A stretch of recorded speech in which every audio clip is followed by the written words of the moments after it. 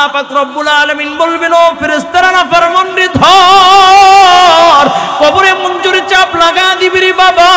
ডান পাশের হাড্ডিগুলো বাম পাশে চলিয়া যাবে, বাম পাশের হাড্ডিগুলো ডান পাশে চলিয়া যাবে।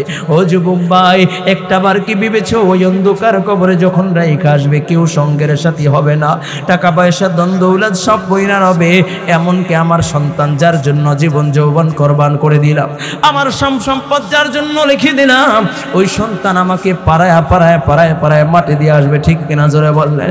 কি নিয়ে রওনা করছো, কোথায় রওনা করছো রে বাবা? এই দুনিয়ায় কেউ চিরস্থায়ী থাকার জন্য আসে নাই, অন্ধকার কবরে বিদায় নেওয়া লাগবে কি? ঠিক কিনা জোরে বলেন? আরো জোরে বলেন, লাগবে কি লাগবে না? তাহলে কি নিয়ে রওনা করছো? মায়ার নবীর উম্মত হইয়া নবীর আদর্শ থেকে দূরে সইরা গেল, নবীর মোহাব্বত দিলের ভিতরে নাই, অথচ নবী আমার উম্মতকে তো কত মোহাব্বত করে, নবী আমার উম্মতকে কত ভালোবাসে বাবা। যখন আমার নবী উহুদ প্রান্তরে চলে যায়, কাফির মুশরিকরা যখন আমার নবীর উপর আক্রমণ শুরু করে দেয়, নবীর দুইটা দাঁত ভেঙে যায়, নবীর মাথার ভিতরে লোহার আংটা ঢুইকা যায়, নবী আমার উহুদের গুহায় পড়ে যায়, সাহাবায়ে কিরাম পাগল পড়া হয়ে যায়, নবী কোথায়? উহুদের ময়দান থেকে আওয়াজ আসে, কুতিলা মুহাম্মদ, মুহাম্মদ আর নাই, মুহাম্মদ শহীদ হয়ে গেছে গা। নবীর সাহাবীরা পাগল পড়া হয়ে যায়। হযরত আলী বলেন, আমি একবার যারা শহীদ হয়েছে তাদের কাছে গেলাম, যে দেখি আল্লাহর নবী নাই, যারা হাত অবস্থায় আছে তাদের কাছে গেলাম, যে দেখি মায়ার নবী নাই, আমি পাগল পাড়া হয়ে ছোটাছুটি করলাম। এমন সময় আমি কোথাও নবীকে পাই না, সিজদায় পড়ে ডাক দিলাম, আল্লাহ ওগো মালিক, তোমার বন্ধুকে আসমানে উঠে নিও না, ঈসা নবীর মতো আসমানে উঠে নিও না, আমরা তোমার বন্ধুকে রক্ষণাবেক্ষণ করতে পারি নাই। আলী বলেন, এমন সময় আমার কানের সাথে কে যেন মুখ লাগায় বলে, ও আলী, নবী মরে না। আলী বললেন, আমি একটা দৌড় দিলাম, যাই দেখি মায়ার নবী, রাহমাতাল লিল আলামিন নবী উহুদের গুহায় পইরা পইরা বলে, রব্বি হাবলি উম্মতি ইয়া উম্মতি। নবী আমার উম্মতের জন্য কাঁদে। আলী বলেন, ইয়া রাসূলুল্লাহ, ইয়া হাবিবাল্লাহ, আমি আলী হাজির। নবী ডাক দিয়া কয়, আলী তাকা দেখ, আমার দুইটা দাঁত ভেঙে দিয়েছে রে আলী, দেখ আমার মাথার ভিতরে লোহার আংটা ঢুকে গেছে, পারবি নি আলী আমার মাথার লোহার আংটাটা বাহির করে দিতে? আলী বলেন, আমি নবীকে শক্ত করে ধরলাম, লোহার আংটা বাহির করব। এমন সময় একজন সাহাবী দৌড় দিয়ে এসে বলে, আলী তুমি নবীকে শক্ত করে ধরো, আমি কামড় দিয়ে নবীর লোহার আংটা বাহির করে দেই। নবীর মাথার ভিতরে এত শক্ত আর মজবুত করে লোহার আংটা ঢুইকা যায়। হযরতে আলী বলেন, সাহাবী যখন কামড় দিলেন, সাহাবীর দুইটা দাঁত যখন টান দিয়েছে, দুইটা দাঁত ভেঙে যায়। সাহাবী মুখটা চাপা দিয়া আবার কামড় দিয়ে যখন টান দেয়, আরো দুইটা দাঁত সাহাবীর ভেঙে যায়। আলী বলেন, সাহাবী সরে যাও, তুমি পারবা না, আমি একটু ট্রাই করি। সাহাবী ডাক দিয়া বলে, আলী আমার জবানের ভিতরে দাঁত থাকবে আর মায়ার নবীর লোহার আংটা কপালের ভিতরে থাকবে, আমি সহ্য করতে পারি না। এই বলিয়া সাহাবী এমন জোরে মারির দাঁত দিয়া কামড় দিলেন, একটা টান দিয়েছে তো লোহার আংটা বের হয়ে যায়, সাথে সাথে সাহাবী অজ্ঞান অবস্থায় জমিনের ভিতরে পড়ে যায়। মায়ার নবী রাহমাতাল লিল আলামিন শরীর বিরক্ত স্বরে সাহাবায়ে কেরাম ডাক দিয়া কয়, ও নবীর সাহাবীরা, তাকায় তাকায় কি দেখো, নবীর গায়ের রক্ত পবিত্র। এই বলে একজন সাহাবী জিহ্বাটা বাইর করে চাইটা চাইটা নবীর রক্ত পান করে নেয়। ও যুবক ভাই, নবীর এত প্রেম, নবীর প্রতি ভালোবাসা, শুধু তাই না সাহাবায়ে কেরামের ভিতরে কেমন ভালোবাসা, নবীর জন্য ফরজ গোসল পর্যন্ত ভুলা যায়। নবীর আশিক সাহাবী হানজালা ফরজ গোসল করবে, বলে ফুলসজ্জার রাত শেষ হয়েছে, ফরজ গোসল করবে। এমন সময় মদিনার অলিগুলি দিয়া কে যেন বইলা যায়, কুতিলা মুহাম্মদ, মুহাম্মদ সাল্লাল্লাহু আলাইহি ওয়াসাল্লাম দুনিয়ায় নাই। নবীর সাহাবী হানজালা বিবিকে ডাক দিয়া বলে, বিবি কাপড়টা দাও। বিবি ডাক দিয়া বলে, প্রাণের স্বামী আমার, কাপড় দিয়া কি করবেন? আপনার জন্য তো গোসল ফরজ হয়ে গেছে গা। বিবিকে ডাক দিয়ে কই, বিবি কাপড় দাও, তরবারিটা দাও, ময়দানে চইলা যাব। মায়ার নবী আর দুনিয়া নাই, নবী আর দুনিয়ায় নাই, কার জন্য বেঁচে থাকবো, কার জন্য দুনিয়ায় থাকবো রে, কার জন্য গোসল করব? যেই দুনিয়ায় নবী নাই, ওই দুনিয়ায় হানজালা থাকতে পারে না। তরবারি দাও, বিদায় দাও, দাও, দেখা হবে ময়দানে মাশরে। বিবি বলেন আমি স্বামীর কাপড়টা ধরে রাখলাম, এমন সময় আমাকে ছিটা দিয়া ফালায় একটা দৌড় দিলেন। নবীর যখন উহুদের ময়দান যখন যুদ্ধ শেষ হয়ে যায়, নবী আমার ডাক দিয়া কয় সাহাবায়ে কেরাম যারা শহীদ হয়েছে বিনা গোসলে দাফন দিবা, কারণ হইল শহীদ যারা আল্লাহর দ্বীনের জন্য শাহাদাত বরণ করে। বাবা ও বাবা তাকায় দেখো বাংলার জমিনে কত আশিক আর রাসূল দুনিয়ার থেকে বিদায় নিয়েছি।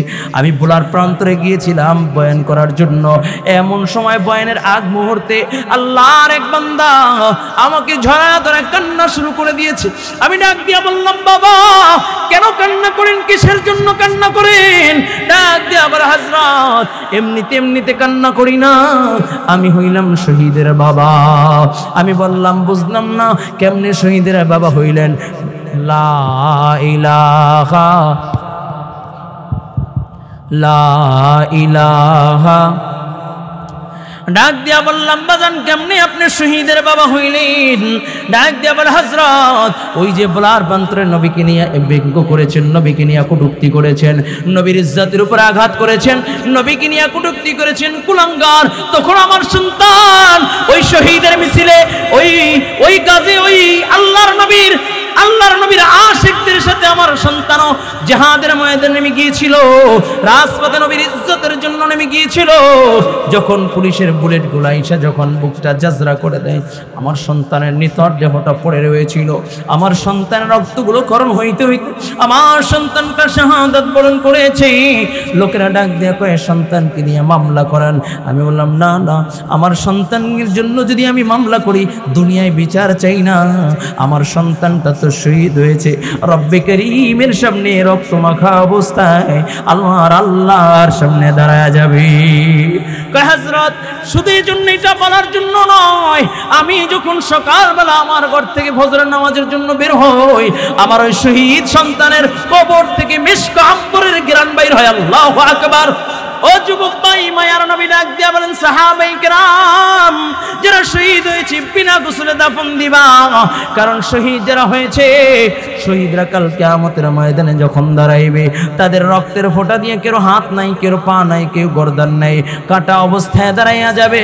আর তাদের শরীর থেকে রক্তের ফোঁটাগুলো ঝরনার মতো পড়তে থাকবে, আর প্রত্যেকটা রক্তের ফোঁটা দিয়ে মিশক আম্বরের ঘ্রাণ বাইর হইতে থাকবে। বলুন সুবহানাল্লাহ।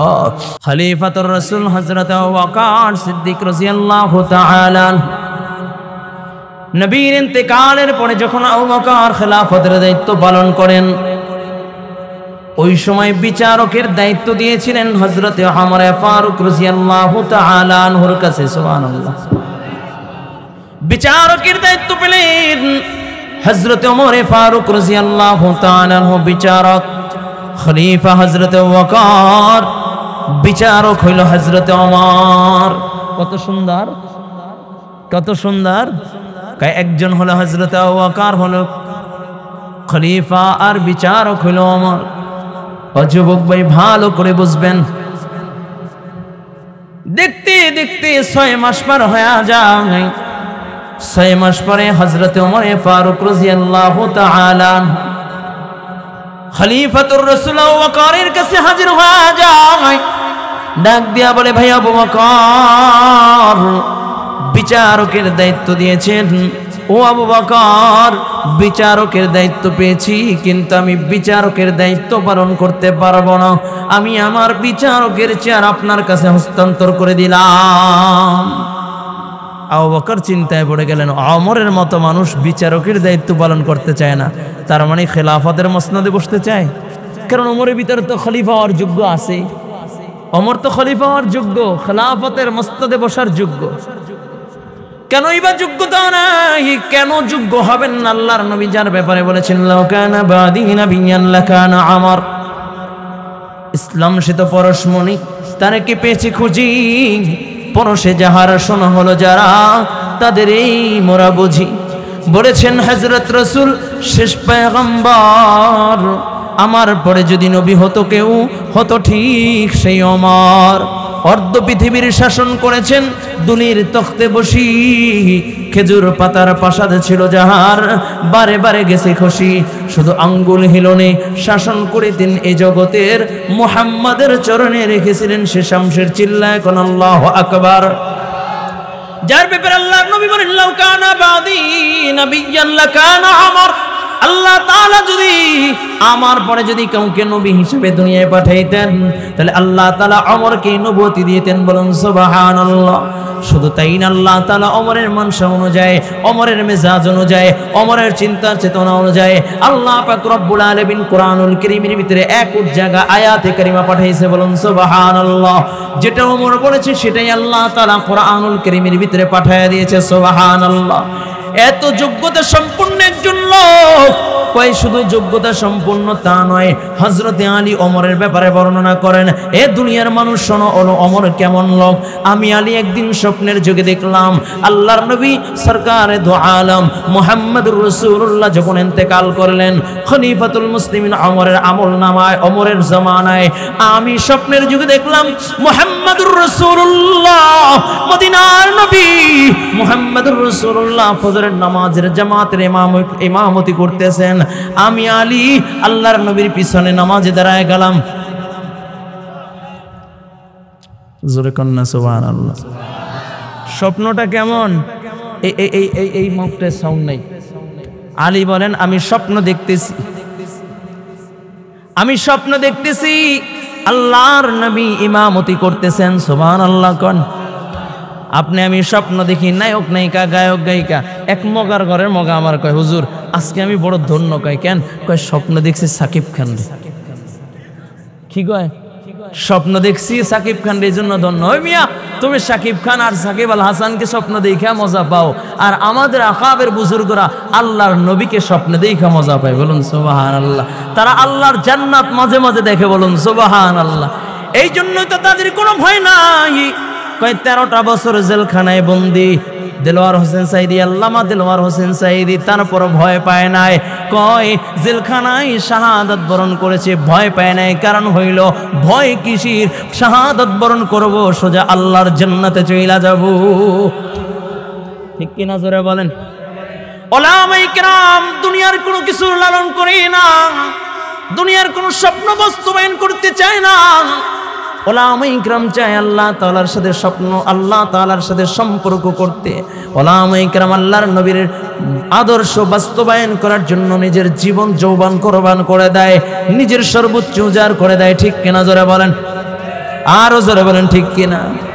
হযরত আলী বলেন আমি দেখলাম মায়ার নবী রহমতে আরবি নবী মুহাম্মদুর রাসূলুল্লাহ ফজরের নামাজের ইমামতি করতেছেন। আমি আলীও আল্লাহর নবীর পিছনে দাঁড়ায় গেলাম। নবী আমার নামাজ শেষ, সাহাবায়ে কেরামের দিকে মুখ করে বসলেন। এটা নবীর আদাত। নবী ফজরের নামাজের পরে, আসরের নামাজের পরে সালাম ফিরে সাহাবায়ে কেরামের দিকে মুখ করে বসতেন। আলী বলেন আল্লাহর নবী আমাদের দিকে মুখ করে বসলেন। নবী আমাদের সাথে নসিহত করতেছেন, কথোপকথন করতেছেন। এমন সময় মদিনার এক মহিলা আয়েশা বলে, ও নবীর সাহাবীরা, এটা হইল আমার গাছের পহেলা খেজুর। এই খেজুরগুলো আমি আল্লাহর নবীকে হাদিয়া দিলাম। আল্লাহর নবী নিজে খাবেন, তার সাথীদেরকে খাওয়াবেন। হযরতে আলী বলেন আল্লাহর নবী সকলকে একটা একটা করে খেজুর দিলেন। আমি আলীকেও একটা খেজুর দিলেন। আমি খেজুরটাকে মুখে দিয়ে দিলাম। এমন সময় আজান হয়ে গেল, আমার ঘুম ভেঙে যায়। ঘুম থেকে জায়গা দেখি রাত্রবেলা নবী যে খেজুরটা আমাকে দিয়েছে, সেই খেজুরটা এখন পর্যন্ত সেই খেজুরের বিচি আমার মুখের ভিতরে বিদ্যমান। কত সুন্দর স্বপ্ন। হযরত আলী বলেন আমি একটা দৌড় দিলাম, যে দেখি খলিফাতুল মুসলিমিন আমার নামাজের মুসাল্লায় দাঁড়ানো, ইমামতিতে দাঁড়ায় গেছে। আমি তার পিছনে নামাজে দাঁড়ায় গেলাম। আমি আমার কানের ভিতরে বেশি আসতেছে আল্লাহর নবী ফজরের নামাজ যেই সূরা দিয়ে ফজরের নামাজ আদায় করেছে, ওমর নামাজের ভিতরে সেই সূরাগুলো তেলাওয়াত করতেছে।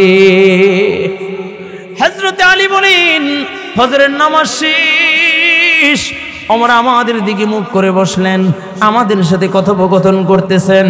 এমন সময় এক মহিলা এসে বলে, ও খলিফাতুল মুসলিমিন, ওমর এইটা হলো আমার গাছের প্রথম খেজুর, আমি আপনাকে হাদিয়া দিলাম, আপনি নিজে খাবেন এবং আপনার সাথীদেরকে খাওয়াবেন। হযরতে আলী বলেন, ওমর সকলকে খেজুর দিতে লাগলেন, সকলেই খেজুর খাইতে লাগলো। আমি আলীকেও একটা খেজুর দিয়েছি, আমি খেজুরটা মুখে দিয়ে দিলাম। আমি খেজুরের জুড়ির দিকে তাকায় দেখি অবশিষ্ট এখনো খেজুর আছে। আমি ডাক দিয়া বললাম, ভাই আমার, আমাকে কি আর একটা খেজুর দেওয়া যায় না? ওমর ডাক দিয়া বলে, আলী, রাত্রবেলা মায়ার নবী রাহমাতুল লিল আলামিন নবী তোমাকে একটা খেজুর দিয়েছে, আমি ওমর কিভাবে তোমাকে দুইটা খেজুর দে? সুবহানাল্লাহ। কয় ওমর, যে রাত্রবেলা মদিনায় কে কি স্বপ্ন দেখি সেটাও জানে। সে ওমর আয়েশা বলে, ও আবু বকর, আমি বিচারকের চেয়ার চাই না, আপনাকে আপনার বিচারকের চেয়ার হস্তান্তর করলাম। আবু বকর ডাক দিয়ে কয়, আমার, তাহলে কি তুমি খলিফাতুল মুসনদে বসতে চাও, খলিফার চেয়ার চাও? আমি আবু বকর ছেড়ে দিলাম। ওমর ডাক দিয়ে বলে, ভাই আবু বকর, খেলাফতের চেয়ার চাই না, খলিফা হইতে চাই না। 6 মাস ধরে বিচারকের আসনে বসলাম, বিচারকের চেয়ার পাইলাম, আজ পর্যন্ত একটা বিচার আমার কাছে আসে নাই। যেই মদিনায় কোনো অপরাধ নাই, যেই মদিনায় কোনো অপরাধ হয় না, সেই মদিনায় বিচারকেরও কোনো প্রয়োজন নাই। এটা হলো আল্লাহর কোরআন দিয়ে যদি সমাজ ব্যবস্থা হয়, আল্লাহর কোরআনী আইন যদি বাস্তবায়ন হয়, ইসলাম যদি রাষ্ট্র ক্ষমতায় বসে, আল্লাহর কসম করে বলি, কোন মানুষের দুঃখী থাকবে না, কোন মানুষের অভাবে থাকবে না, কোন মানুষের দর্শিত হবে না। ঠিক কিনা যারা বলেন? নাকি ভুল বললাম? ইসলামকে ক্ষমতায় বসানোর দরকার আছে কি নাই? জোরে বলেন, আছে কি নাই? হ্যাঁ, নাকি চট করে আইনে আবার পট করে বসাই দেবেন? হ্যাঁ, ইসলাম দরকার আছে কি নাই? হ্যাঁ, জোরে বলেন, আছে কি নাই? আজকে আমরা মুসলমান, আমরা আমাদের নীতি আদর্শকে ভুলে গিয়েছি, আমরা আমাদের ঐতিহ্যকে ভুলে গিয়েছি, আমরা আমাদের শান মানকে ভুলে গিয়েছি। বিদায় আজকে গুটি কয়েকটা নাস্তিক আমার নবীকে গালি দেওয়ার সাহস পায়। ঠিক কেনা জোরে বলেন? আমরা আমাদের ঐতিহ্য ভুলে গিয়েছি বিদায় আজকে দ্বীন ও ইসলাম নিয়ে কটূক্তি করার সুযোগ আসাদ নূরের মতো কুলাঙ্গার পায়। ঠিক কেনা জোরে বলেন? তাসলিমার মতো বেয়াদব পায়। ঠিক কেনা জোরে বলেন? শুধু তাই না, টাকলা মুরাদের মতো নাস্তিকের বাচ্চা বাংলার জমিন থেকে 92% মুসলমানের জমিন থেকে ইসলামকে মুছে দিতে চায়। ঠিক কেনা জোরে বলেন? মাত্র কয়েকদিনের ব্যবধানে কয়ে তোর পালাইবার জায়গা ভাবি না। ঠিক কিনা জোরে কন? উপরে একজন আছেন, তিনি কে? জোরে বলেন, তিনি কে? আরো জোরে বলেন, তিনি কে? আল্লাহ আছে কি নাই? জোরে বলেন, আছে কি নাই? বাকি আমরা আমাদেরকে প্রস্তুত করতে হবে। আল্লাহ তাআলার মদদ তো আমাদের সাথে আছে। ঠিক কিনা জোরে বলেন? দেখেন না স্বরাষ্ট্রমন্ত্রীকে মোবাইলে দেখে কয়, স্যার গুলি করি একটা, পরে একটা, কিন্তু আরো 10টা বাইরে সামনের দিকে আগে আসে, পলায় না। কারণ কি? কারণ যখন বান্দা তার সর্বোচ্চ চেষ্টা উজাড় করে দিয়েছে, তারা পালাইবার জায়গা খুঁজে পায় না। ঠিক কিনা জোরে বলেন?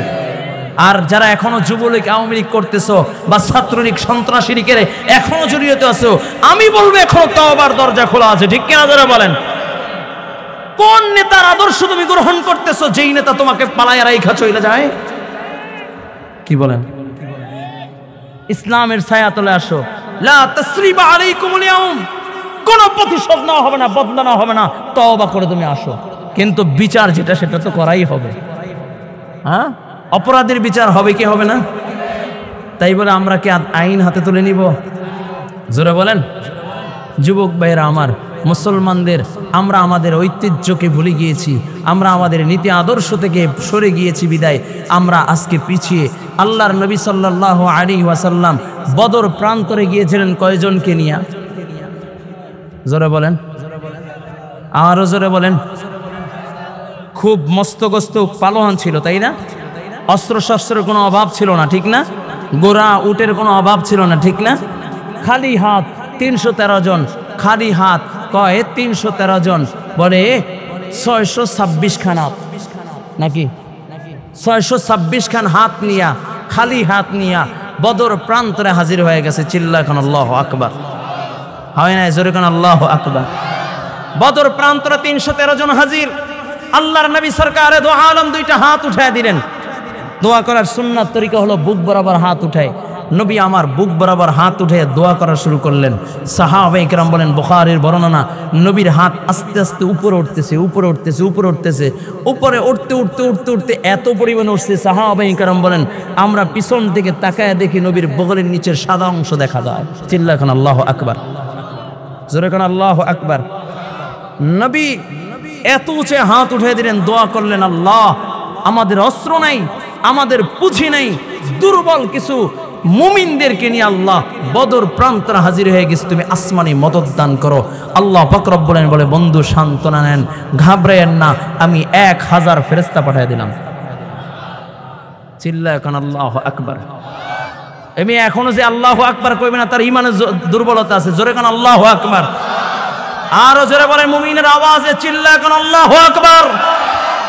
নবী আমার ডাক দিয়ে বলেন, আল্লাহ 1000 পাঠাইছেন, খুশি হইলাম, 1000 পাঠাইছেন, খুশি হইলাম, তবে আরো যদি মদত করেন তাহলে আরো খুশি হব। আল্লাহ কয়, বন্ধু টেনশন করেন না, 5000 পাঠায় দিলাম। জোরে কোন আল্লাহু আকবার। 5000 পাঠায় দিয়েছেন, 313 জনের সঙ্গী 5000। ঠিক মুসলমান, তোমরা তোমাদের ঈমানের উপর অটল হইয়া এক খলিলুল্লাহ ইব্রাহিম আলাইহিস সালাতু ওয়াস সালামের ঈমান বুকে নিয়ে যখন অগ্নির সামনে দাঁড়ায় যাবা, ধাক্কা দিয়েও যদি তোমাকে অগ্নির ভিতরে ফেলাইতে চায়, অগ্নিকে আল্লাহ তাআলা ফুলের বাগান বানায় দিবে। চিল্লায় আল্লাহু আকবার।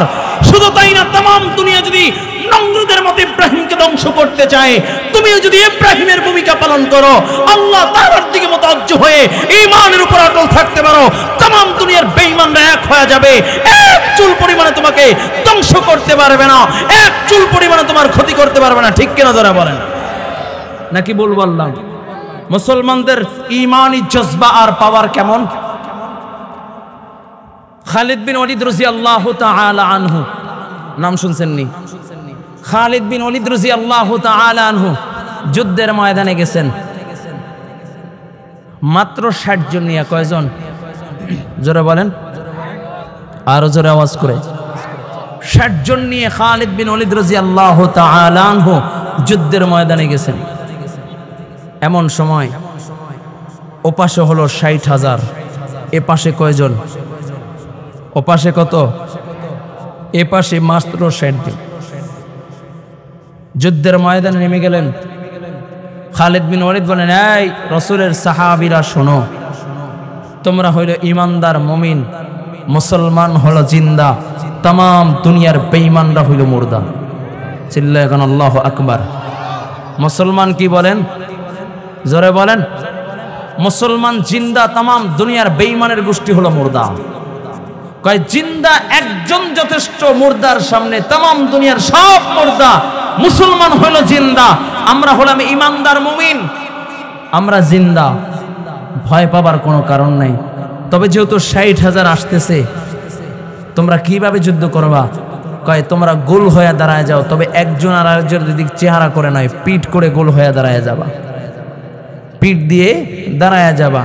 আর আমি খালিদ বিন ওয়ালিদ যখন বলবো নারায়ে তাকবীর, তোমরা আল্লাহু আকবারের স্লোগান দিবা।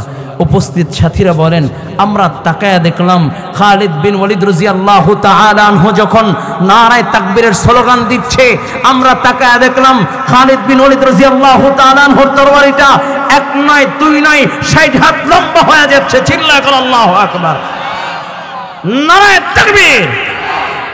এরা মুমিন, আল্লাহর গোলাম, মুমিনদের ভিতরে ঈমানি পাওয়ার আছে, ঈমানি পাওয়ার আছে। तमाम দুনিয়ার বেঈমানরা হইল মুর্দা, মুমিনরা হইল জিন্দা। কারণ হলো মুমিনদের দ্বীনের ভিতরে আছে ঈমান। যুবক ভাইরা ভালো করে বুঝো, শুরুতে আয়াতে কারিমাতে নাবাদ করেছি, প্রসঙ্গে কয়েকটি কথা বলবো। আল্লাহ পাক রব্বুল আলামিন বলেন, ওয়ামা খালাকুতুল জিন্না ওয়াল ইনসা ইল্লা লিয়াবুদুন।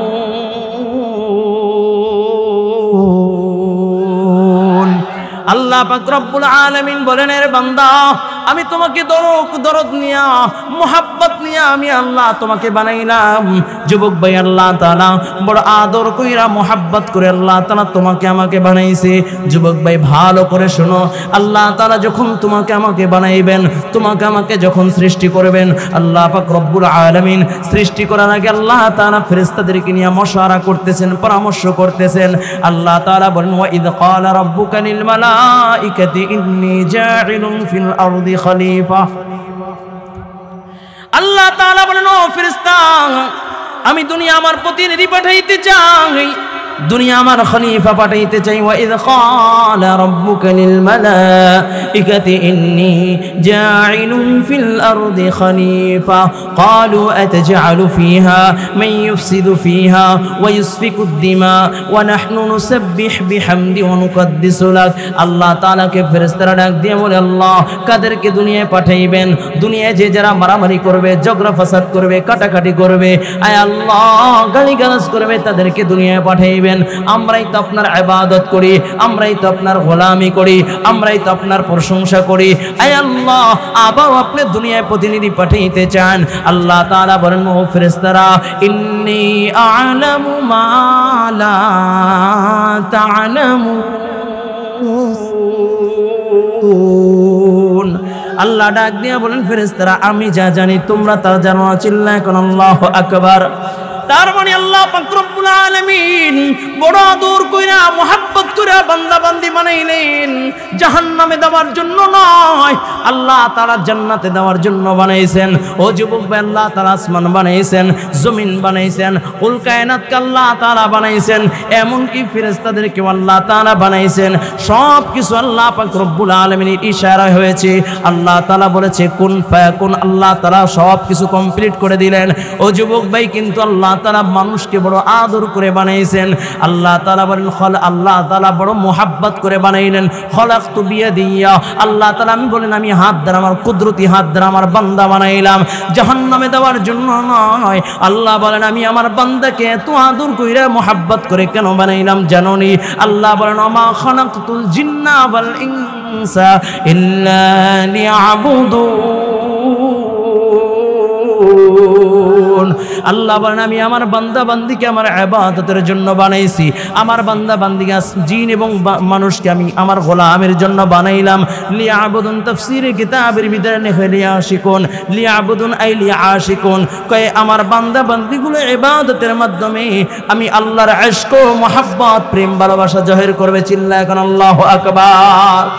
এরে মুমিন আল্লাহর গোলাম, আল্লাহ তাআলা বড় দরদ ও মুহাব্বত নিয়ে তোমাকে আমাকে বানাইছেন, জাহান্নামে দেওয়ার জন্য নয়, আল্লাহ তাআলা জান্নাতে দেওয়ার জন্য বানাইছেন।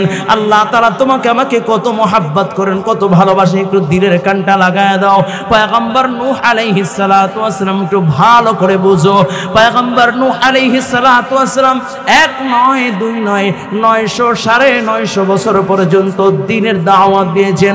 কুলু লা ইলাহা ইল্লাল্লাহ তুফলিহুন, কুলু লা ইলাহা ইল্লাল্লাহ তুফলিহুন, কুলু লা ইলাহা ইল্লাল্লাহ তুফলিহুন। 900 বছর দ্বীনের দাওয়াত দিলেন। 80 থেকে 82 জন মাত্র মুসলমান হয়েছে। কয়জন? জোরে বলেন। 80 থেকে মাত্র 82 জন মুসলমান হয়েছে। আল্লাহর নবী মুসা আলাইহিস সালাতু ওয়াস সালামের উপর অত্যাচার অনাচার শুরু হয়ে গেল। 900 বছর পর্যন্ত শুধু অত্যাচার করতেছে। পয়গম্বর নূহ টিকতে না পেরে একদিন শেষ সময় যখন আল্লাহর কাছে দোয়া করে, তার আগ মুহূর্তে একদিন মারতে মারতে রক্ত খরণ করতে করতে পয়গম্বর নূহকে অজ্ঞান করে দিলেন। 1 নয় 2 নয় 7 দিন পর্যন্ত আল্লাহর নবী নূহ আলাইহিস সালাতু ওয়াস সালাম অজ্ঞান অবস্থায় জমিনের ভিতরে পড়েছিল। 7 দিন পর আসমানের দিকে তাকায় বলে, আল্লাহ আর সহ্য করতে পারি না, গোল্লা সহ্য করতে পারি না। ক্বালা নূহুর রাব্বি লা তাযার আলাল আরদি মিনাল কাফিরিনা দাইয়ারা। বদদুয়া বের হয়ে গেছে, আল্লাহ সহ্য করতে পারি না, আয় আল্লাহ ওদেরকে ধ্বংস কইরা দাও, ওদের একটা ঘরবাড়িও ছাইরো না।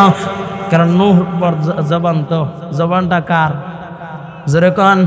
পয়গম্বর নূহের জবান। এটা তো মদ খাওয়া জবান নয়, সিগারেট খাওয়া জবান নয়। এ জবান দিয়ে মিথ্যা কথা বলে না, এ জবান দিয়ে গীবত শিকায়েত করে না, এ জবান দিয়ে গাঞ্জা খায় না, এ জবান দিয়া ও বাবা বড় আফসোসের সাথে বলতে হয়, তোমাকে আমাকে আল্লাহ তাআলা কদর কুদরত দিয়ে বানাইলেন। আল্লাহ পাক রব্বুল আলামিন মায়ের রেহেমের ভিতরে গর্ভের ভিতরে রাখলেন। আল্লাহ পাক রব্বুল আলামিন মায়ের ঋতুস্রাবকে বন্ধ করে আল্লাহ তাআলা মায়ের নাভিকে আর সন্তানের নাভিকে একসাথে কইরা কালেকশন কইরা নাপাক রক্ত খাওয়ায়া আল্লাহ তাআলা তিল তিল তিল তিল করে বড় করলেন। কিন্তু আল্লাহ তাআলা জবান দিয়ে ইচ্ছে করলে খাওয়াইতে পারতেন, কিন্তু আল্লাহ জবান দিয়ে খাওয়ান নাই। কারণ হইল আমার বান্দাটা যখন দুনিয়া আসবে, আমি আল্লাহকে যখন ডাক দিবে, আমার বান্দা যখন আল্লাহ আল্লাহ নামের জিকির করবে, আমার বান্দা বড় লজ্জা পাবে। কারণ হইল আমার বান্দাটা নাপাক খাইছে। কিন্তু বড় আফসোস, যেই জবানকে আল্লাহ তাআলা নাপাক করলেন না, যেই জবানকে আল্লাহ তাআলা পাক রাইখা দিলেন, আমরা মুসলমান হইয়াও দুনিয়ার জমিনে আইসা ওই জবান দিয়ে মিথ্যা কথা বলি, ঠিক কি না? ওই জবান দিয়ে গীবত শিকায়েত করে আছে কি নাই? ওই জবান দিয়ে মদ পান করি, ওই জবান দিয়ে গাঞ্জা খায় আছে কি নাই? নাকি ভুল বললাম? হ্যাঁ, এরে যুবক ভাই, আল্লাহর নবী নূহ আলাইহিস সালাতু ওয়াস সালামের জবান কায়ে জবান দিয়ে কখনো মিথ্যা বের হয় নাই, এ জবান দিয়ে কখনো গীবত শিকায়েত বের হয় নাই, এ জবান দিয়ে কোনোদিন গুনার কাজ করে নাই। দোয়া করছি তো আল্লাহ তাআলা কবুল কইরা নিছেন। আল্লাহ পাক রব্বুল আলামিন জিবরাইলকে দিয়া পাঠায়া দেন, ও জিবরাইল যাও যাও যাও যাও এই গাছটা পয়গম্বর নূহকে লাগাইতে বলো। পয়গম্বর নূহকে যখন গাছ লাগাইতে বললেন, গাছ যখন বড় হইল, আল্লাহ তাআলা ডাক দিয়া বলে, পয়গম্বর এই গাছগুলোকে এইটা তখ্ত বানাও, তখ্ত দিয়ে তুমি নৌকা বানাও। নৌকা বানাইলো। লম্বা ঘটনায় যাওয়ার উদ্দেশ্য না, একটু বুঝাইতে চাই, ভালো করে বুঝবেন। আল্লাহর নবী পয়গম্বর নূহ আলাইহিস সালাতু ওয়াস সালাম যখন কিস্তি বানাইলেন, আল্লাহ পাক রব্বুল আলামিন ডাক দিয়া বলে, পয়গম্বর অমুক তারিখ প্লাবন শুরু হয়ে যাবে, তুমি তোমার সাথীদেরকে নিয়ে নৌকায় উঠে যাবা, কিস্তিতে উঠে যাবা। আল্লাহর নবী নূহ আলাইহিস সালাতু ওয়াস সালাম সকলকে নিয়ে যখন কিস্তিতে উঠে গেলেন, এদিকে আল্লাহ পাক রব্বুল আলামিন আযাব শুরু করে দিলেন, প্লাবন শুরু করে দিলেন। জমিন থেকে গরম পানি, আসমান থেকে ঠান্ডা পানির বৃষ্টি যখন শুরু হয়ে গেল, আল্লাহর নবী নূহ আলাইহিস সালাতু ওয়াস সালাম মাত্র 80 থেকে 82 জনকে নিয়ে কিস্তিতে ভাসতেছেন। तमाम দুনিয়াকে আল্লাহ তাআলা তছনছ করে দিলেন, तमाम দুনিয়াকে আল্লাহ তাআলা ধ্বংস করে দিলেন। যখন মুহররমের 10 তারিখ জুদি নামক পাহাড়ে পয়গম্বর নূহ আলাইহিস সালাতু ওয়াস সালামের নৌকা যখন ল্যান্ড করলেন, ওখানে যখন ভিড়লেন, আল্লাহ পাক রব্বুল আলামিন পুনরায় এই জমিনকে আবার পয়গম্বর নূহের মাধ্যমে আবাদ করা শুরু করলেন, বংশ বিস্তার শুরু করলেন 80 থেকে 82 জনের মাধ্যমে। আল্লাহ পাক রব্বুল আলামিন একদিন পয়গম্বরকে ডাক দিয়া বলেন, ও পয়গম্বর, আমি আল্লাহর আদেশ, তুমি কিছু মাটির আসবাবপত্র বানাইবা, কিছু জিনিস বানাইবা, আসবাবপত্র বানাইবা। পয়গম্বর নূহ বলেন, আল্লাহ কেমন বানাইবো? আল্লাহ কয়, বানাইতে থাকো। সুবহানাল্লাহ। পয়গম্বর নূহ আলাইহিস সালাতু ওয়াস সালাম মাটির আসবাবপত্র বানাইতে লাগলেন। বানাইতেছেন বানাইতে অনেক বানাইলেন। সুন্দর করে শুকায়া সাজায় রাখলেন। আল্লাহ পাক রব্বুল আলামিন ডাক দিয়া বলে, পয়গম্বর এই মাটির আসবাবপত্রগুলো একটা করে টাকায়া বাইঙা ফলাও। পয়গম্বর নূহ আল্লাহর আদেশ মানতেই হবে। টাকায় যখন মাটির আসবাবপত্রগুলো ভাঙতেছেন, এমন সময় চোখের পানি, চোখ থেকে অশ্রু ঝরতেছে। আল্লাহ তাআলা ডাক দিয়ে বলে, পয়গম্বর কেন কান্না করতেছো? কিসের জন্য কান্না করতেছো? ডাক দিয়ে বলে, আল্লাহ কেনই বা বানাইতে বললেন, আবার কেনই বা ভাঙতে বললেন? আয় আল্লাহ, বুঝলাম না কিসের জন্য বানাইতে বলছেন, আবার কিসের জন্য ভাঙতে বললেন। আয় আল্লাহ। আল্লাহ কয়, পয়গম্বর কষ্ট হইতেছে? বলে, হ্যাঁ আল্লাহ। কয়, কেন কষ্ট হইতেছে? বলে, কথা বলছিল নাকি? কয়, না না। কয়, তোমার সাথে কি হাঁটা চলা করছিল? কয়, না না আল্লাহ। কয়, রূহ দিয়েছিল? বলে, না। তাহলে কেন কষ্ট হইতেছে? বলে, আল্লাহ বড় কষ্ট করে বানাইছি, এই জন্য বড় মায়া লাগতেছে। আল্লাহ ডাক দিয়া বলে, পয়গম্বর সামান্য কাদা মাটি দিয়া বানাইয়া তাকে ধ্বংস করতে তোমার বড় কষ্ট হয়, কিন্তু আমি আল্লাহর কাছে যখন দোয়া করছিলাম, ক্বালা নূহুর রাব্বি লা তাযর আলাল আরদি মিনাল কাফিরিনা দাইয়ারা। তোমার জবানটা পবিত্র জবান, তাই আমি আল্লাহ ফেলায়া দিতে পারি নাই। আমি যখন প্লাবন দিলাম, তাম দুনিয়া যখন ধ্বংস হয়ে যাইতে লাগলো, প্লাবন দিয়ে যখন ধ্বংস করে দিতে লাগলাম, তখন আমি আল্লাহর বড় কষ্ট হয়েছিল। কারণ আমি তোকে রূহ দিয়েছিলাম, ওরা তো কথা বলতেছিল। আমি যখন প্লাবন দিলাম, ওরা তো ডানে বামে ছুটতেছিল, পালাইবার জন্য বড় রাস্তা খুঁজতেছিল। আমি আল্লাহর বড় মায়া লাগতেছিল। ও পয়গম্বর, তুমি তাদের জন্য বরদোয়া না করেও তো হেদায়েতের দোয়া করতে পারতা। ও যুবক ভাই, আল্লাহ পাক রব্বুল আলামিন বড় আদর করে মায়া করে আল্লাহ তাআলা বানাইছেন ধ্বংস করার জন্য নয়, আল্লাহ তাআলা আযাব দেওয়ার জন্য নয়, জাহান্নামে দেওয়ার জন্য নয়।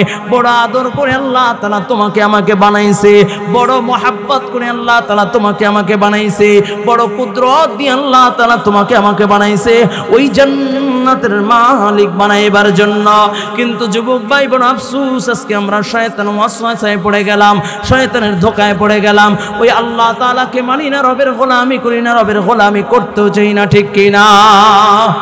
নাকি ভুল বললাম? আজকে দুনিয়ার মোহে পড়লাম, দুনিয়ার পিছনে পড়ে আল্লাহ তাআলাকে ভুইলা গেলাম। আল্লাহ তাআলার গোলামি করতে চাই না, নামাজ পড়তে চাই না, ইবাদত করতে চাই না, ঠিক কিনা জোরে বলেন? কিন্তু আল্লাহ পাক রব্বুল আলামিন আহকামুল হাকিমিন আল্লাহ তাআলা বান্দার দিকে কুদরতি নজর দিয়ে তাকাই রইছে। সুবহানাল্লাহ, আরো জোরে বলেন সুবহানাল্লাহ। যদি আল্লাহ তাআলার কুদরতি নজর যদি তোমার আমার উপরে না থাকতো রে বাবা, আল্লাহ তাআলা যদি তোমাকে আমাকে দয়া না করতেন, তাহলে এই দুনিয়ার এক ঢক পানি, এক গ্লাস পানি পান করার মতো যোগ্যতা আমি ইমরান হোসেন মুজাহিদের নাই, ঠিক কিনা? কারণ বাবা, আমি আমার অতীত মুতাআলা করলে দেখি এই মজমে আমার মতো গুনাহগারের কেউ নাই, আমার মতো পাপী আর কেউ নাই।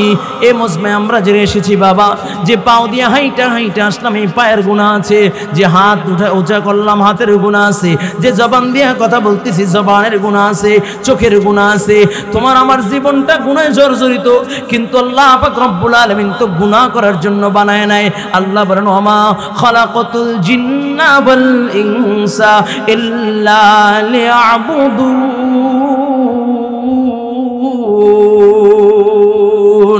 আল্লাহ তাআলা ইবাদতের জন্য তোমাকে আমাকে বানাইছেন, আল্লাহ তাআলা তার গোলামের জন্য তোমাকে আমাকে বানাইছেন। ও যুবক ভাই, যেভাবে তুমি আমি ইবাদত করতে পারি, দ্বীনের পথে চলতে পারি, এই জন্য আল্লাহ পাক রব্বুল আলামিন যুগে যুগে যুগে যুগে আল্লাহ তাআলা পয়গম্বরদেরকে পাঠাইছেন। আখিরি জামানার পয়গম্বর সরকারে দো আলম রহমাতাল লিল আলামিন নবী মুহাম্মদুর রাসূলুল্লাহ সাল্লাল্লাহু আলাইহি ওয়াসাল্লামের উম্মত করে তোমাকে আমাকে দুনিয়ায় পাঠাইছেন। কখনো কি দরখাস্ত করছিলাম? জোরে কোন যে আল্লাহ তুমি আমাকে মুসলমান বানাও, আখিরি জামানার নবীর উম্মত বানাও? দরখাস্ত করছিলাম? বিনা দরখাস্তে আল্লাহ পাক রব্বুল আলামিন তোমাকে আমাকে দুনিয়ায় আখিরি জামানার পয়গম্বরের উম্মত বানাইছে। এই শ্রেষ্ঠতম দৌলত, এই শ্রেষ্ঠতম নিয়ামত পাইয়াও আমরা বড় কপাল পোড়া, আমরা বড় কপাল পোড়া। একটা আফসোস করি, যদি একটু নেইমারের মতো সাজতে পারতাম আর বলে মেসির মতো সাজতে পারতাম, বড় ধন্য হয়ে যেতাম। এমন কপাল পোড়া আছে কি নেই? কথা কয় না, আছে কি নেই? অথচ তুমি কত দামি নিয়ামত পেয়েছো, একটাবার কি চিন্তা করেছো? তোমার আমার নবী তোমাকে আমাকে কত মোহাব্বত করেন, কত ভালোবাসেন, একটাবার চিন্তা করেছেন? ভালো করে বুঝেন। আমরা তো আজকে হতবাগা, আজকে হিন্দুদের মন্দিরে যাই বড় আনন্দ পাই, কিন্তু মসজিদে যাইতে চাই না। কথা বলে না, কথা বলে না। পূজা তো মুসলমানদের ছাড়া জমেই না, আর মুসলমানদের মসজিদগুলো হাহাকার, ঠিক কিনা জোরে বলেন? মুসলমানদের মসজিদে টাইলস লাগবে, মুসলমানদের মসজিদে ফ্যান লাগবে, সেটা দিতে চাই না। হিন্দুদের মণ্ডপে আমরা টাকা দিতে পারি, তাদের নাম গান বাজনায় আমরা সহযোগিতা করতে পারি, আছে কি নাই? বড় আফসোস লাগে। আল্লাহ তাআলা তো এই জন্য বানান নাই। একটু দিলের কানটা লাগায় দিই, দেখি দুইটা ফোঁটা চোখের পানি ঝরে কিনা। জীবনে তো কত গুনাহ করেছি, দুইটা ফোঁটা চোখের পানি ছেড়ে ছেড়ে কান্না করব। হয়তোবা আজকের এই 2 ফোঁটা চোখের পানি কাল কিয়ামতের ময়দানে নাজাতের জরিয়া হতে পারে। আল্লাহু আকবার। কারণ রসুল বলে হুররিমাতিন নার আলা মান বাকাত মিন খাশিয়াতিল্লাহ। রসুল কয় যেই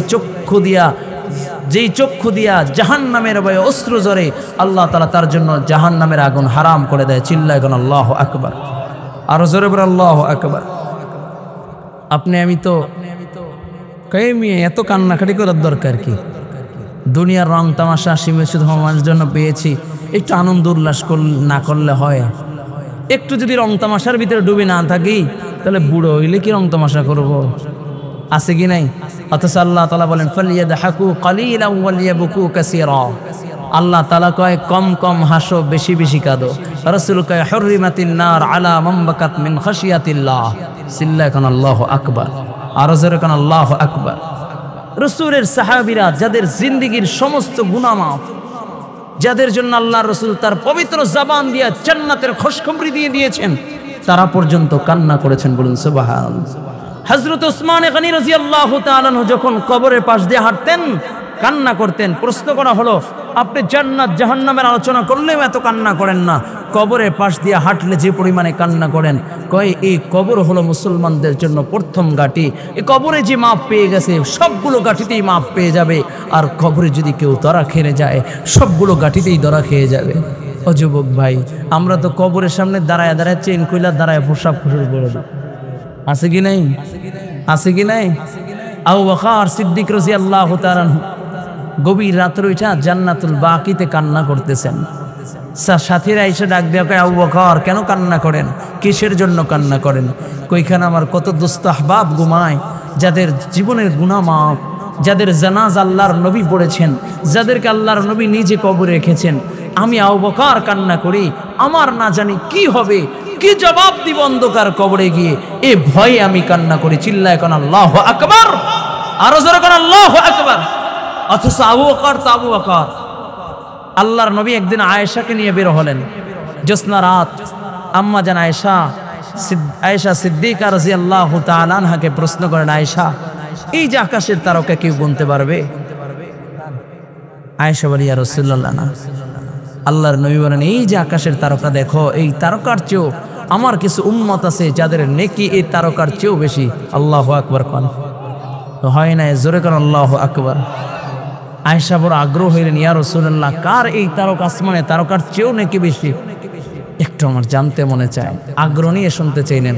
আল্লাহর নবী বলেন, আয়েশা আমার অমরের আমল নামা আসমানের তারকার চেয়েও বেশি। বলুন সুবহানাল্লাহ। আম্মা জান আয়েশা সিদ্দিকা মাথাটা একটু নিচু করে দিয়ে চেহারাটা মলিন হয়ে গেছে, কারণ মনে মনে ভাবছিলেন মেয়েদের এবার বাবার প্রতি একটু দুর্বলতা বেশি, বাবার জন্য একটু মহাব্বত বেশি। ইয়া রাসূলুল্লাহ, আল্লাহর নবী আয়েশার থুতনিতে হাত দিয়ে বলে, আয়েশা কি হয়েছে? মুখটা মলিন হয়ে গেল। আয়েশা বলে, ইয়া রাসূলুল্লাহ আমার বাবা আবু বকরের কি কোনো আমল নাই? আবু বকরের কি কোনো নেকি নাই?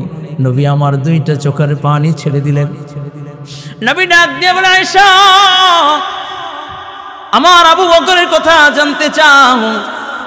ও আয়েশা আমার আবু বকরের কথা বলো।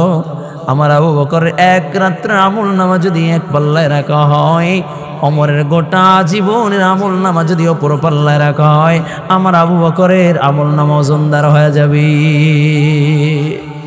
এ যুবক ভাই, যাদের জীবনে এত নেকি, যাদের জীবনের গুনাহ মাফ, যাদের ব্যাপারে আল্লাহ বলেছেন রাদিয়াল্লাহু আনহুম ওয়া রাজওয়ান, যাদের কোনো গুনাহ নাই, আল্লাহর নবী যাদেরকে জান্নাতের খুশখবরি দিয়েছেন, তারা যদি এত কান্না করে, তোমার আমার কান্না করার দরকার আছে কি নাই? এ যুবক ভাই, এ দুনিয়ায় ক্ষণস্থায়ীর জন্য আসি নাই। এ দুনিয়ায় ক্ষণস্থায়ী চিরস্থায়ীর জন্য আসি নাই। চিরস্থায়ী তো হলো জান্নাত, চিরস্থায়ী হলো পরকাল। অস্থায়ী জীবন, অস্থায়ী জীবন। এ দুনিয়ায় খাইলেও জীবন যাবে, না খাইলেও জীবন যাবে। টাকা পয়সা ধন দৌলত হলেও জীবন যাবে, না হলেও জীবন যাবে। শান শওকাতে জীবন কাটাইলেও যাবে, যদি শান শওকাত না থাকে তাতেও যাবে। রিক্সাওয়ালাও যখন দুনিয়ার থেকে বিদায় নিবে 3টা টুকরা সাদা কাপড় পাবে। ধনী কোটিপতিও যখন বিদায় নিবে 3টা টুকরা সাদা কাপড় পাবে। ঠিক কিনা জোরে বলেন? ও যুবক ভাই, ওই অন্ধকার কবরে সকলেরই খালি হাতে যাওয়া লাগবে।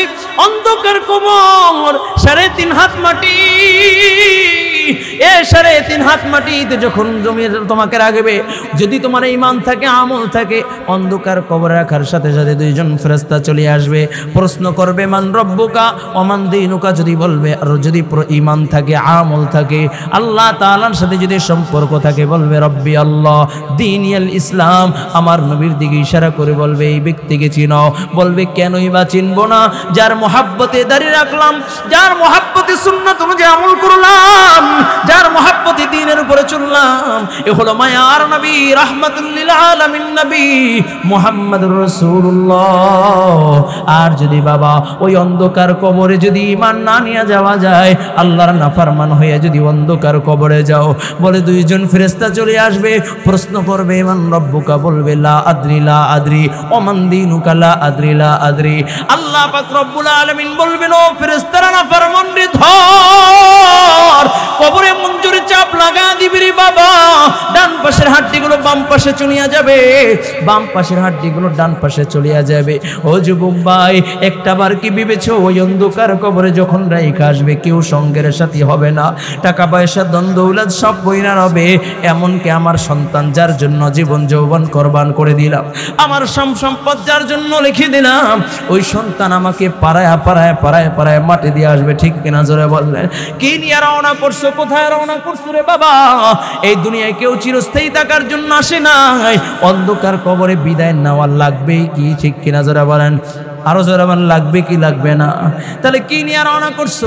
মায়ার নবীর উম্মত হইয়া নবীর আদর্শ থেকে দূরে সইরা গেল, নবীর মোহাব্বত দিলের ভিতরে নাই। অথচ নবী আমার উম্মতকে তো কত মোহাব্বত করে, নবী আমার উম্মতকে কত ভালোবাসে বাবা। যখন আমার নবী উহুদ প্রান্তরে চলে যায়, কাফির মুশরিকরা যখন আমার নবীর উপর আক্রমণ শুরু করে দেয়, নবীর 2টা দাঁত ভেঙে যায়, নবীর মাথার ভিতরে লোহার আংটা ঢুইকা যায়, নবী আমার উহুদের গুহায় পড়ে যায়। সাহাবায়ে ইকরাম পাগল পড়া হয়ে যায়, নবী কোথায়?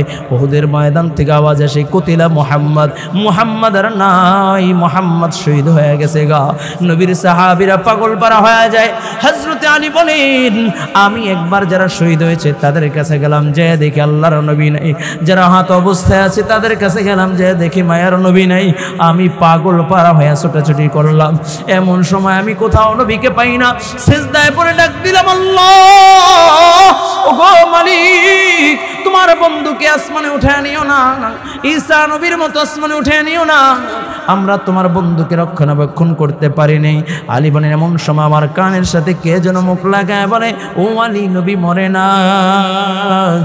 আলী বললেন আমি একটা দৌড় দিলাম, যাই দেখি মায়ার নবী, রাহমাতাল লিল আলামিন নবী উহুদের গুহায় পইরা পইরা বলে রব্বি হাবলি উম্মতি ইয়া উম্মতি। নবী আবার উম্মতের জন্য কাঁদে। আলী বলেন ইয়া রাসূলুল্লাহ ইয়া হাবিবাল্লাহ, আমি আলী হাজির।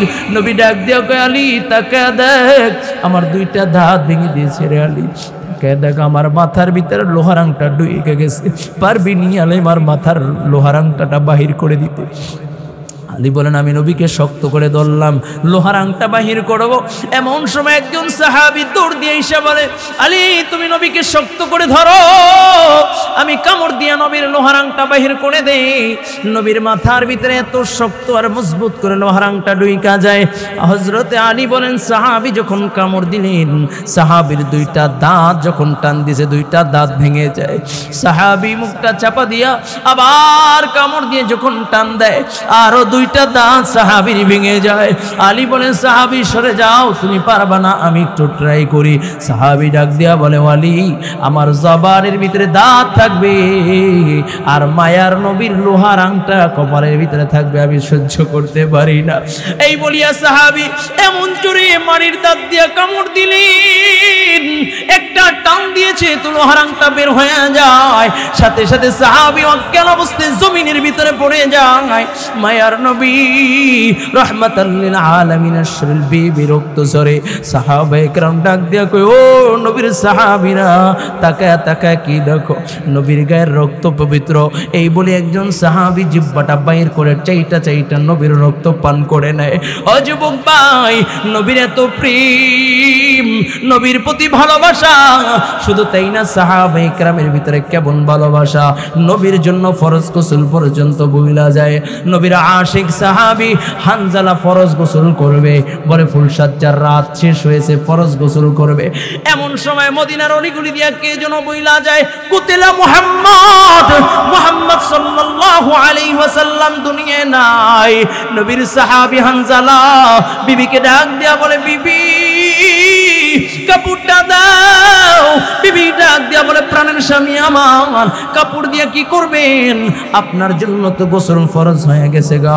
বিবিকে ডাক দিয়ে কই, বিবি কাপড় দাও, তরবারিটা দাও, ময়দানে চইলা যাব। মায়ার নবী আর দুনিয়া নাই, নবী আর দুনিয়ায় নাই, কার জন্য বেঁচে থাকবো, কার জন্য দুনিয়ায় থাকবো রে, কার জন্য গোসল করব?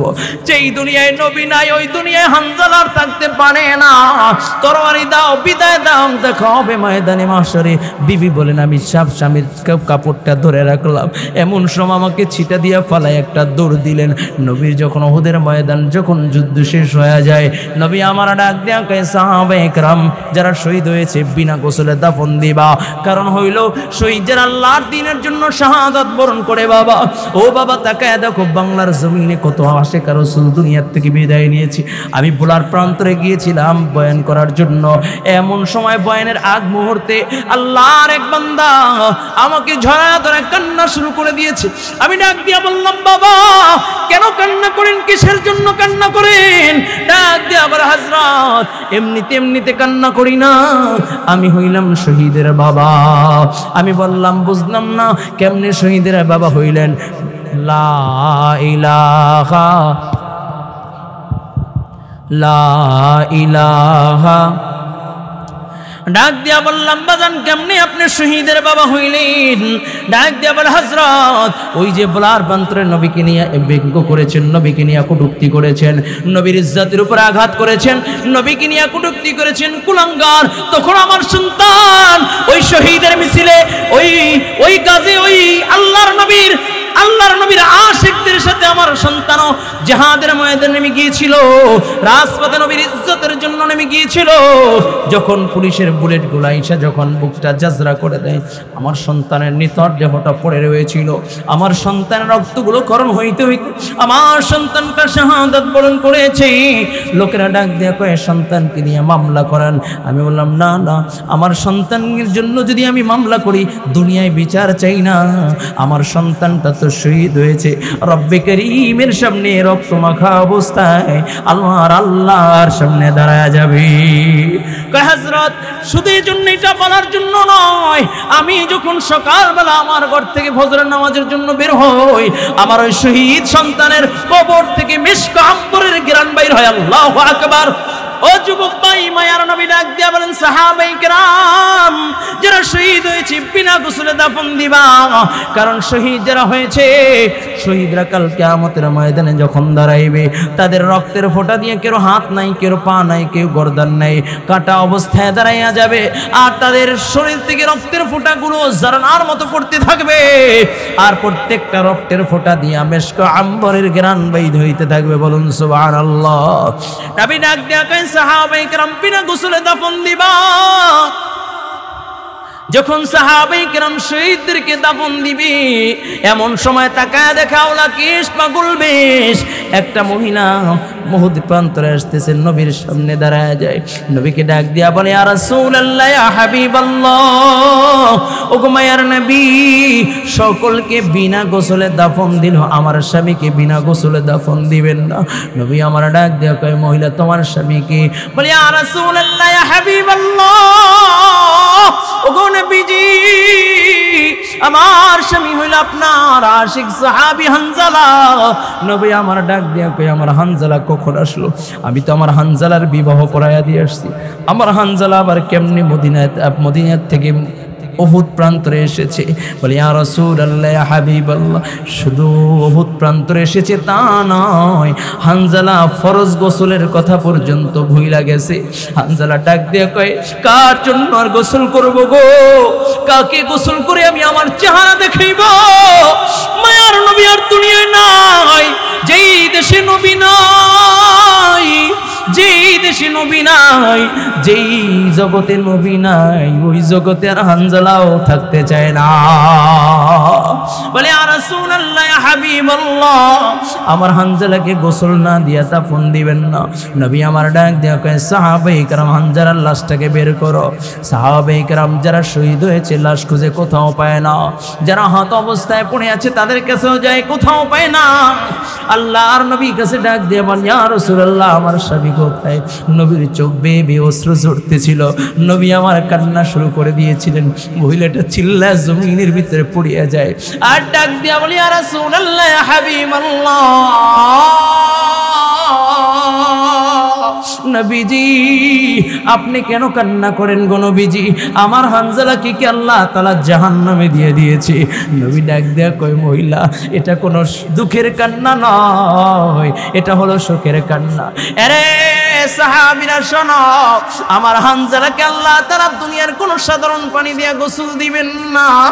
আমার আল্লাহ হানজালার লাশটাকে আসমানে উঠায় নিয়েছেন, নিজে জিম্মাদার হইয়া জান্নাতি পানি দিয়া ফেরেশতাদের মাধ্যমে আমার হানজালার গোসলের ব্যবস্থা করেছে। বলুন সুবহানাল্লাহ, আল্লাহু আকবার। এ যুবক ভাই, নবীর প্রেমিক সাহাবী হানজালা নবীর জন্য জীবন দেয়। নবী নিজের দ্বীনের জন্য নবী দান শহীদ করে, নবী রক্ত ঝরায়, তারপর দিন থেকে এক চুল পরিমাণে সরে যায় না। তোমার আমার জন্য রক্ত মাখা দিন রেখা গেছে। ও যুবক ভাই, কিন্তু সেই দিনের উপরে চলতে চাই না। নবী কত কষ্ট করেছে জানো নি?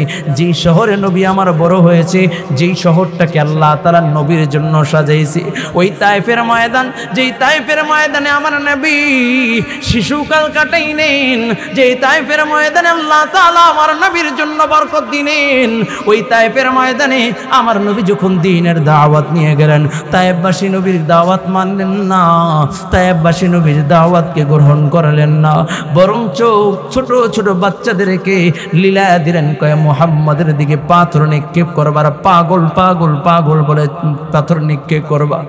নবীর দিকে পাথর মানে সূচনা দাঁড়ানো পাথর গুলটির মাধ্যমে নবীর গায়ে মারে।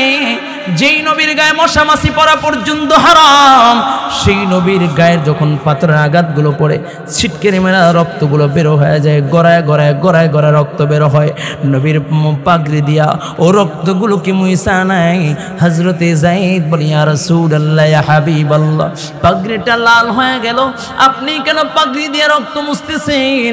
নবী ডাক দিয়া বলেন, যায়েদ, এক ফোঁটা রক্ত যদি তায়েফের ময়দানে ঝরে, আল্লাহ তাআলা রাগ হইয়া এই তায়েফের ময়দানে আর কোনো ফসল দিবে না।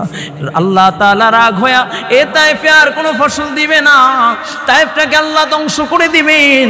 যায়েদ বলেন, নবী আমার রক্তগুলো পাগড়ি দিয়া মুছতেছে, পাগড়ি দিয়া মুছতেছে। হঠাৎ করে নবী আমার অজ্ঞান অবস্থায় পড়িয়া যায়। এক নয়, দুই নয়, তিনবার নবী আমার অজ্ঞান অবস্থায় পড়ে যায়। আর ডাক দিয়া কয়ে, যায়েদ, একটু পানি দিবানি? আমি পানির পিপাসায় অস্থির হয়ে গেলাম, আমার বুকটা ফাটিয়া যায়। যায়েদ বলেন, আমি একটা দৌড় দিলাম তায়েফের মানুষের ঘরে ঘরে, ডাক দিয়া বললাম, এ তায়েফবাসী, একটু পানি দিবানি? রাহমাতাল লিল আলামিন, একটু পানি পান করবে, একটু পানি দাও, পানি দাও। তায়েফবাসী আওয়াজ দিয়ে বলে, যায়েদ, আব্দুল্লাহর বেটা মুহাম্মাদের জন্য তায়েফে কোনো পানি নাই। যায়েদ আল্লাহর নবীর কাছে মুখটা মলিন করে চলে আসে। সে বলি, ইয়া রাসূলুল্লাহ ইয়া হাবিবাল্লাহ, কোথা থেকে এক ফোঁটা পানি আপনার জন্য ম্যানেজ করতে পারি নাই। নবী আমার ডাক দিয়া বলে, যায়েদ, তাকা দেখো, বকরির পাল দেখা যায়, ওই বকরির পাল থেকে একটা দুধ দহন করে, একটু বকরি দিয়ে দুধ দহন করে একটু আমার জন্য নিয়ে আস, কমাস কম দুধ পান করে গলার পিপাসা একটু মিটাই। যায়েদ যখন উহুদ প্রান্তরে, যায়েদ তায়েফের ময়দানে শুধু নবী আর যায়েদ, উত্তপ্ত মরুভূমির ভিতরে পানির পিপাসায় নবী আমার কাতরায়। যায়েদ একটা দৌড় দিয়া বললেন, ও ভাই রাখাল ভাই, তোমার বকরির পাল থেকে একটা বকরি দিবানি, একটু দুধ দহন করে রহমাতাল লিল আলামিনকে একটু পান করাইব। রাখাল ডাক দিয়া বলে, ভাই আমার পানির ভিতরে এমন কোনো বকরি নাই যে বকরি দুধ দিত। আল্লাহর নবী ডাক দিয়া কয়, যায়েদ বকরি থাকলে একটা আমার সামনে হাজির করো। যেই মাত্র বকরিটাকে হাজির করেছে আল্লাহর নবী রহমাতাল লিল আলামিন নবী বকরির দিকে যখন হাত বাড়ায় দিয়েছে, বকরিটা একবার আমার নবীর চেহারার দিকে তাকায়, আর একবার আসমানের দিকে তাকায়, একবার আমার নবীর চেহারার দিকে তাকায়, আবার আসমানের দিকে তাকায়। কিতাবের ভিতরে লেখে বকরিটা বুঝাইতে চায়, বকরির যদি জবান থাকতো বকরি এভাবে আল্লাহর কাছে ফরিয়াদ করতো, আল্লাহ তোমার বন্ধুকে আমি দাওয়াত দিয়ে আনি নাই, তোমার বন্ধুকে যেহেতু আমার সামনে দাঁড়ায় করাইছো রে আল্লাহ, আয় আল্লাহ তোমার বন্ধুকে খালি হাতে ফিরাইয়া দিও না আল্লাহ। আয় আল্লাহ আমার শরীরের সবটুকু রক্ত আয় আল্লাহ তুমি দুধ বানায়া তোমার বন্ধুর সামনে হাজির করায়া দাও। আল্লাহু আকবার।